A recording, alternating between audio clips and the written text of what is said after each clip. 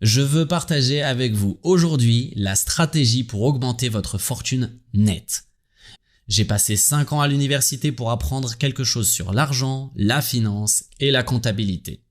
En fait, je vous le dis, j'étais parti apprendre des choses sur l'argent, mais quand je suis sorti de l'université, je ne connaissais rien à l'argent, sachant que j'allais pour apprendre le jeu de l'argent. Et il est intéressant de noter, quand je regarde en arrière, que personne ne m'a jamais parlé de cette chose, composée de 2 mots appelés fortune nette ou valeur nette. Et je veux vous expliquer ce que cela signifie. Je vais vous le montrer aujourd'hui dans cette vidéo. Comment augmenter votre valeur nette? Qu'est-ce qu'elle est? Comment l'accumuler? Comment la créer? Comment devenir une personne à valeur nette élevée, c'est-à-dire une personne disposant d'une valeur nette substantielle? Nous allons même parler de ce qu'est un patrimoine substantiel. Et je vais vous montrer les 5 stratégies que j'utilise cette année, différentes de l'année dernière, différentes de 2020, différentes des années précédentes. C'est une année différente, une économie différente. Et différentes opportunités nécessitent différentes stratégies. Je vais partager avec vous 5 stratégies qui, lorsque vous les utiliserez en 2022, je vous garantis que vous aurez la meilleure année, la plus belle année de votre vie, la meilleure année, l'année décisive de votre vie. On vous le décrira littéralement plus tard. Dans 10 ans, vous direz « c'est mon année phare. 2022, c'est l'année où tout a changé pour moi. » Maintenant, parlons de la valeur nette. La valeur nette est décrite comme la valeur des actifs d'une personne, un ménage, une société, un État, un comté, une entreprise, une SARL, une planète entière si vous le souhaitez. C'est l'actif moins le passif. Et vous devez savoir exactement ce qu'est le passif. Tous les passifs ne sont pas des passifs, et tous les actifs ne sont pas des actifs. La valeur nette est votre actif moins votre passif. Je veux la définir pour vous, juste pour que vous compreniez ce qu'est la valeur nette et ce qu'elle représente, et qu'elle n'est pas constituée seulement de vos actifs. Si un type a 1 million de dollars d'actifs et 2 millions de dollars passifs, il y a une valeur nette négative. Vous verrez beaucoup de joueurs de football, des rappeurs, des gens qui réussissent très bien, des gens célèbres, qui s'achètent des maisons dans le monde entier. Ils ont 5, 6 ou 7 maisons et ils se retrouvent avec plus de dettes que d'actifs. Je vais vous montrer comment cela se produit et comment l'éviter. Je vais vous montrer exactement les 5 étapes qui, avec garantie, vont vous permettre d'augmenter votre valeur nette en 2022. En fait, une maison personnelle, si vous prenez votre valeur nette, disons que vous avez du cash et que vous avez 80 000 € en cash. Disons plutôt 8 000 $ en cash. Et vous avez 10 000 $ d'actions. Disons aussi que vous avez des bitcoins et des crypto-monnaies. Que vous avez 5 000 $ de crypto-monnaies et que vous avez une maison qui vaut 250 000 $, plus un compte de retraite. Vous avez 20 000 $ sur votre compte de retraite. Maintenant, vous avez un emploi. Votre emploi ne sera pas considéré comme faisant partie de votre valeur nette, même si votre emploi est en fait l'entonnoir qui vous permet de créer de la valeur nette ou des investissements qui pourraient réellement s'ajouter à votre valeur nette. Sur cet exemple, quelle sera la valeur nette de ce type? Ou plus précisément, son actif brut. On parle ici d'actif brut parce que votre actif en lui-même ne détermine pas votre valeur nette. C'est votre actif moins votre passif. Donc, 8 000 plus 10 000 plus 15 000, on aura 288 000 $. Maintenant, vous vous dites, mec, j'ai $250 000 de valeur nette ou d'actifs bruts? Eh bien, la vérité est que la maison, je ne la considérerai pas personnellement comme faisant partie de ma valeur nette. Je ne la considère pas. Au cours des 20 ou 30 dernières années, certains conseillers financiers ont commencé à inclure la maison dans la valeur nette. Je pense que cela a été principalement influencé par les politiciens, qui veulent que les gens se sentent mieux dans leur situation. Mais la réalité est que ces choses, l'argent liquide, les actions et le compte retraite, si vous vous en passiez, si vous les éliminez, vous n'auriez pas besoin de les récupérer. Mais vous devez récupérer la maison parce que vous avez besoin d'un endroit pour vivre. Ce que vous voulez, ce sont des actifs pour l'avenir. S'il s'agissait d'une maison de location qui génère des revenus, elle serait certainement considérée comme faisant partie de votre valeur nette parce qu'elle produit des revenus et vous auriez maintenant 285 000 $. Si j'enlève les 250 000 de la maison, cet individu a maintenant un actif brut de 15 000 et regardez ce qui se passe ici. Maintenant, il a des passifs, il doit payer sa voiture, 40 000 $, Il a une carte Visa, il doit 20 000 $. Il doit 80 000 $ pour l'université, il doit aussi 220 000 $ pour sa maison. Donc à peu près, il a 460 000 $ de dette. Et ce type n'a pas seulement une valeur nette négative, il a aussi une mauvaise attitude. C'est ça la raison pour laquelle les gens se sentent épuisés. C'est pour ça que vous commencez à perdre votre énergie et votre envie de réussir. Alors voici 5 choses que vous pouvez faire pour créer de la valeur nette. Tout d'abord, vous devez prendre une décision. Numéro 1. Vous devez prendre la décision de vous concentrer sur votre valeur nette. Vous devez vous engager à ne pas vous soucier uniquement de vos revenus. Je ne vais pas m'inquiéter de mon travail. Je ne vais pas seulement me soucier du fait d'être confortable et heureux. Je vais commencer à me concentrer sur ma valeur nette, à m'engager à cet objectif. Je vais créer ma valeur nette. Quand vous prenez cette décision, si vous cherchez ce qui est considéré comme une valeur nette pour le statut de riche, le premier objectif serait d'atteindre 1,9 million de $. Je viens de voir un sondage qui a été réalisé ce matin. La plupart des gens disent que pour être considéré comme riche aux États-Unis d'Amérique, il faudrait avoir une valeur nette de 1,9 million de $, pour être exact. Même si les analystes chez Schwab estiment que la valeur devrait être d'environ 2,6 millions de $. Je vais faire 1 million, 10 millions, 100 millions, et tout au long de ma carrière, je vais commencer à me concentrer sur ces objectifs. Quand j'étais fauché, mon premier objectif était d'atteindre 1 million. C'était un objectif très médiocre. Une fois que j'ai atteint, une fois que j'ai approché le million, je l'ai déplacé à 10 millions.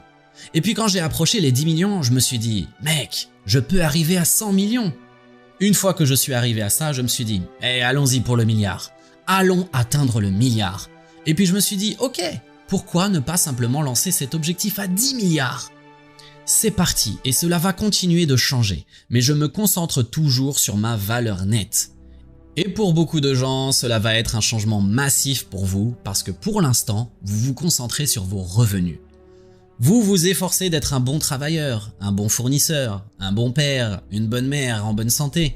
Mais cette année, je veux que vous vous concentriez sur le numéro 1, la valeur nette engagée. Numéro 2, vous devez accumuler des actifs et non pas les dépenses. Arrêtez de collectionner les dépenses et commencez à collectionner les actifs. Arrêtez d'acheter des trucs, des ceintures et des chaussures. C'est pourquoi la période de Noël m'énerve. Autant que j'aime donner à mes enfants et les voir recevoir de bonnes choses, je me dis « Mec, tout ce qu'on fait, c'est acheter de la camelote. » Je me fiche que tu l'appelles Gucci, Versace, avec le petit brin en rouge ou Burberry. Tu l'appelles comme tu veux. Fendi, vous l'appelez comme vous le voulez. Vous achetez tous les trucs de luxe que vous voulez. Ils vont perdre de la valeur. Appelez ça Chanel si vous voulez, ou Rolls-Royce. Leur valeur va diminuer avec le temps. Ce sont des ordures. Ce sont des dépenses futiles. Cela n'ajoute rien à votre valeur nette. Personne n'a un tas de Burberry ajouté à sa fortune nette. Restons réalistes. Alors qu'est-ce que tu devrais collectionner? Je veux collectionner des choses qui prennent de la valeur, pas celles qui en perdent. Quels sont les critères? L'immobilier en fait certainement partie. En particulier les entreprises immobilières génératrices de revenus, beaucoup plus difficiles à lancer. Les gens disent que l'immobilier est difficile. Je suis sûr que c'est aussi difficile que de démarrer une entreprise d'objets d'antiquité. Je vais aller acheter une voiture ancienne, problème avec les voitures anciennes, elles génèrent pas de revenus. Je dois avoir un endroit pour la garer et la garder. L'or et l'argent, il faut avoir un endroit pour le ranger et le garder, comme pour les voitures anciennes. J'aime l'art, mais vous devez trouver quelqu'un qui veut payer plus pour votre art que le prix que vous avez payé. Ce n'est pas toujours le cas. L'art ne prend pas toujours de la valeur. Vous devez trouver dans le futur un acheteur pour cet art. Les bijoux, les montres, je ne sais pas. Mon ami Kevin O'Leary me disait qu'il avait un tas de montres et que ces montres sont ses meilleurs investissements. Je lui ai dit que c'est ridicule. Tu ne vas jamais vendre tes montres. C'est stupide ce que tu dis. J'ai une montre Patek Philippe. Je ne vais pas la vendre. Probablement jamais. Est-ce que quelqu'un la vendrait un jour? Peut-être. Est-ce un actif? D'accord, mais je ne vais pas l'ajouter à ma valeur nette parce que personne ne va me payer pour ça aujourd'hui, même si elle peut être considérée comme une valeur nette. Une Rolex que vous avez achetée il y a 20 ans vaut plus d'argent aujourd'hui qu'il y a 20 ans. Mais allez-vous la vendre? Si ce n'est pas le cas, la valeur nette n'a rien à voir dans ce calcul. Mais vous avez besoin d'un objectif. Vous avez besoin d'un but en ce moment. Vous devez vous fixer comme objectif de construire quelque chose qui indique que vous avez de la valeur. car les banques vous accordent du crédit sur cette base. Le partenariat, les actions en bourse, acquérir des actions d'entreprises qui sont là pour durer longtemps. Acquérir des crypto-monnaies serait un bon moyen d'augmenter votre valeur nette, mais la volatilité qui en découle est un peu folle. 50 000 aujourd'hui, 40 000 de plus, 80 000 dans le futur, peut-être tomber jusqu'à 20 000. Et là, votre valeur nette se fait un peu secouer ici, ça ne va pas être agréable pour vous. Donc, on prend la décision de collecter des actifs, pas des dépenses. Troisième point, vous devez augmenter vos gains. À un moment donné, vous devez augmenter vos revenus. Je dois augmenter mes revenus pour que je puisse me créer une valeur nette et que je puisse faire des investissements. Pour qu'un jour, je puisse diminuer mes revenus. Je parlais de ça avec Harold l'autre soir. Ses revenus en tant que joueur de Yankee étaient très élevés ici. Et il savait qu'un jour, il n'aurait plus rien en salaire.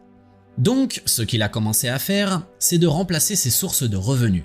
Il a commencé à prendre ses gains et à investir dans des actifs qui, un jour, lorsque ses gains tomberont à zéro avec son club Yankee, les revenus de ses investissements remplaceront ses gains, qu'il sait qu'un jour tomberont à zéro.